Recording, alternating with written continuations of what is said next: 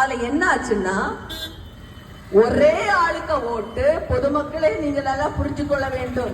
இந்த நமக்கு முன்னால இருக்கக்கூடிய நந்தினி பேக்கரி இது கூட பெருசா இருக்கு. இதுல பாதி கூட கிடையாது. இந்த பாதி கூட இல்லாத இடத்துல 80 பேர் தாமசிக்கிறாங்களாம். 80 பேருக்கு ஓட்டு கொடுத்திருக்கிறாங்களாம். அது எப்படிங்க ஒரு ஆளுக்கு நிக்க கூட முடியாது.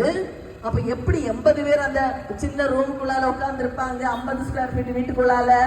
ஒண்ணு. ரெண்டாவது, அவங்க என்ன பண்றாங்க தெரியுமா? அப்பனுங்க பேரை கேட்டா எல்லாரும் எனக்கு ஒரு அப்பா இருப்பாங்க, இவருக்கு ஒரு அப்பா இருப்பாங்க, உங்களுக்கு ஒரு அப்பா இருப்பாங்க, எல்லாருக்கும் ஒரு அப்பா பேர் இருப்பாங்க. ஆனா உலகத்திலே எங்கேயுமே இல்லாத ஒரு அப்பா பேர் என்ன தெரியுமா? XYZ. எக்ஸ் அப்பா பேர் எக்ஸ், சிலவங்களுக்கு அப்பா பேர் ஒய், சிலவங்களுக்கு இசட். அப்படி என்றால் தந்தை பெயர் தெரியாதவர்களையா நீங்கள் வாக்காளர்களா சேர்த்தீர்கள்? சரி, அதையும் நாங்க விட்டுக்கிட்டோம்.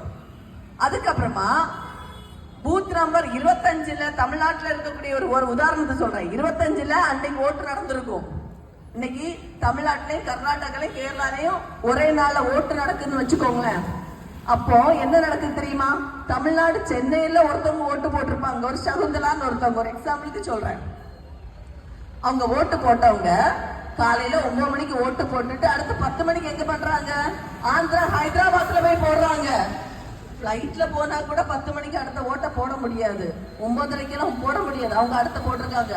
அடுத்து 9:45 10 மணிக்கு போட்டாங்க. 10:15 எங்க வந்து போடுறாங்க? திருவனந்தபுரத்துல கொண்டு போடுறாங்க அடுத்த ஓட்ட.